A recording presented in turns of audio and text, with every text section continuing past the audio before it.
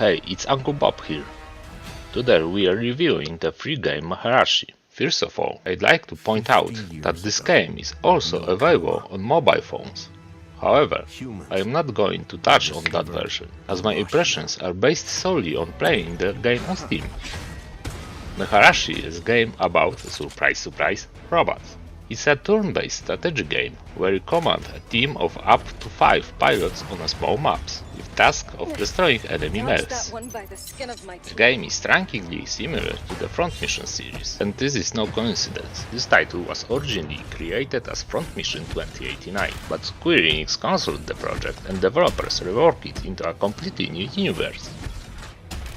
The developers decided to turn it into a typical mobile game with all accompanying problems. The main complaint is the introduction of energy needed to go into battle or take on a series of challenges, the rewards for which are items needed to develop our pilots.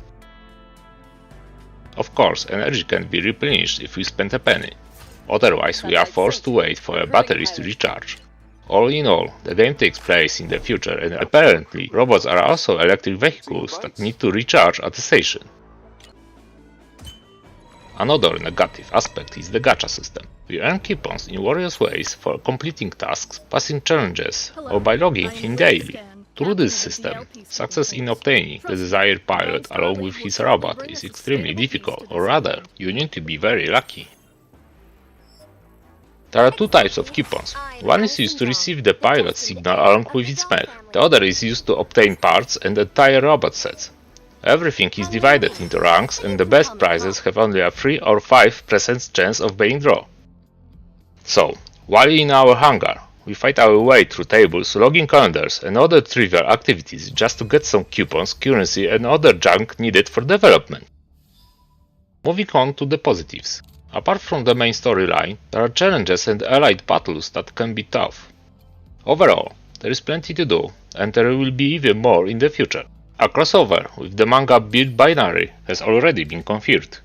This is definitely a treat for fans, but for people who aren't interested in Japanese culture, it will just be additional content, which is fine by me.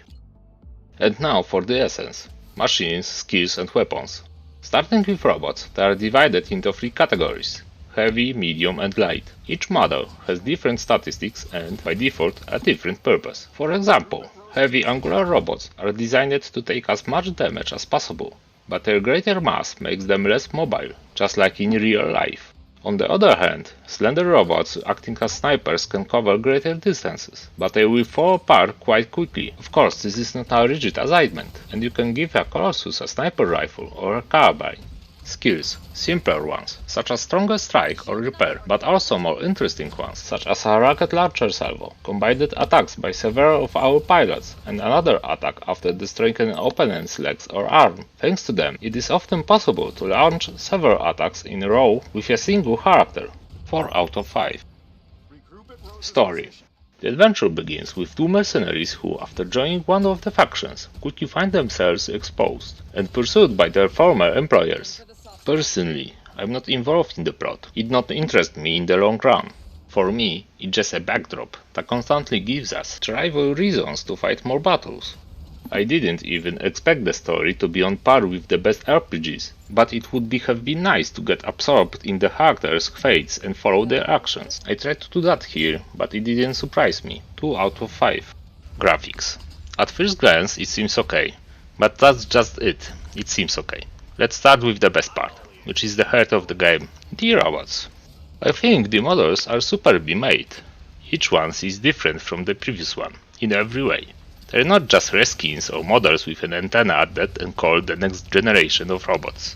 The textures on the mechs are sharp, and everything related to the machines fits together nicely. Another plus are the pre-rendered cutscenes, which look pretty good, but unfortunately there aren't many of them. There's one at the beginning, then another pops up here and there, and that's it. The budget didn't allow for more.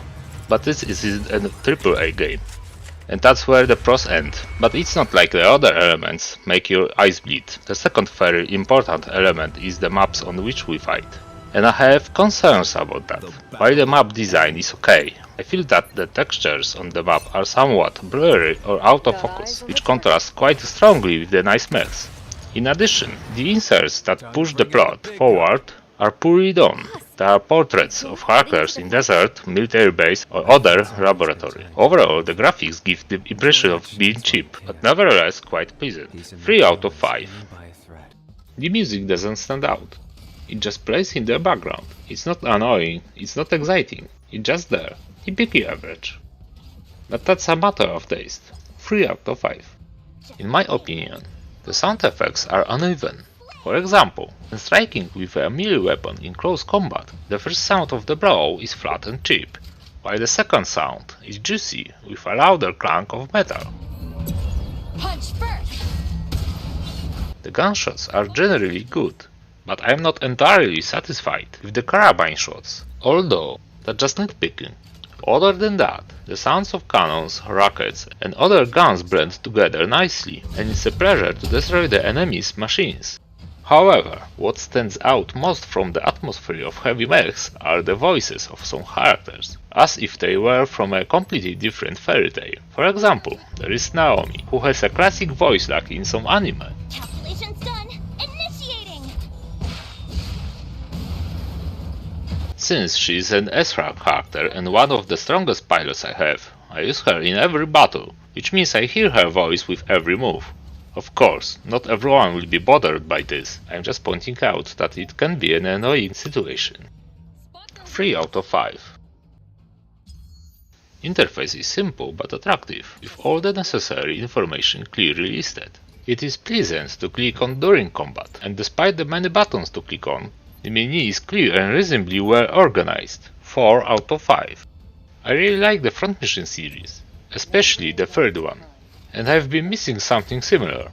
And now, the seemingly unremarkable game with an energy and gacha system comes out, which might scare people off and discourage them, but I still find it really fun to play. However, it's hard to recommend this game to someone directly, all because of the systems mentioned above, which may put off someone who even really likes mechs. I personally know someone like that. I see this game as something I play every other day. Fire up 3 battles, check in on the login calendar, collect gifts, and then go play something else. The final score will be 4 out of 5.